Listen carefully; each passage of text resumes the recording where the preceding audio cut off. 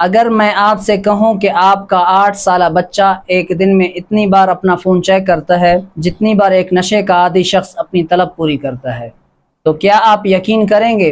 سنیں تو عجیب لگے گا، لیکن تحقیق یہی بتاتی ہے، اور سب سے خطرناک بات یہ ہے کہ یہ سب کچھ جان بوجھ کر بنایا گیا ہے، یہ کوئی حادثہ نہیں۔ آج میں آپ کو بتاؤں گا کہ بڑی بڑی موبائل ایپ کمپنیاں آپ کے بچوں کے ذہن کے ساتھ کیا کر رہی ہیں اور اس کا حل کیا ہے۔ دیکھیں، ہمارے دماغ میں ایک ایسی چیز ہوتی ہے جو ہمیں خوشی کا احساس دلاتی ہے۔ جب بھی کوئی اچھی چیز ہوتی ہے، دماغ ہمیں اندر سے ایک اچھا احساس دیتا ہے تاکہ ہم وہ کام دوبارہ کریں۔ اب سوچئے، جب کوئی بچہ یوٹیوب پر ایک ویڈیو دیکھتا ہے اور اگلی ویڈیو خود بخود شروع ہو جاتی ہے، یا انسٹاگرام پہ ایک ریل ختم ہوتے ہی دوسری آ جاتی ہے، تو ہر بار دماغ کو ایک چھوٹا سا انعام ملتا ہے اور دل چاہتا ہے کہ بس ایک اور دیکھ لیں۔ یہ کوئی حادثہ نہیں، یہ ایپس خاص طور پر ماہرین کی ٹیمیں بنا کر اس طرح تیار کی جاتی ہیں کہ آپ اسکرول کرتے ہی رہیں، رکے ہی نہیں۔ بالکل اسی طرح جیسے جوئے کی مشینیں لوگوں کو بار بار کھیلنے پر مجبور کرتی ہیں، ویسے ہی یہ ایپس بھی کام کرتی ہیں۔ اور بچوں کا ذہن، وہ تو ابھی مکمل طور پر تیار ہی نہیں ہوا ہوتا، ان کے ذہن کا وہ حصہ جو خود بخود قابو رکھنا سکھاتا ہے وہ 25 سال کی عمر تک مکمل بنتا ہے۔ یعنی بچے اس جال کے سامنے سب سے زیادہ کمزور ہیں۔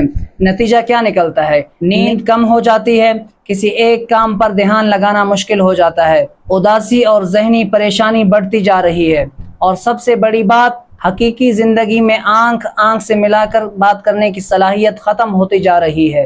اب سوال یہ ہے کہ قصور کس کا ہے؟ کیا یہ صرف والدین کی غلطی ہے کہ وہ بچے کو فون دیتے ہیں؟ نہیں، اصل مسئلہ یہ ہے کہ ہم ایک ایسے نظام سے مقابلہ کر رہے ہیں جس کے پیچھے اربوں روپے والی کمپنیاں اور ہزاروں ماہر نفسیات اور انجینئرز لگے ہوئے ہیں، صرف اس ایک مقصد کے لیے کہ آپ کا بچہ اسکرین سے نظر نہ ہٹائے۔ تو ایک عام والدین اس کا مقابلہ کیسے کریں؟ یہاں 3 چیزیں کام کرتی ہیں۔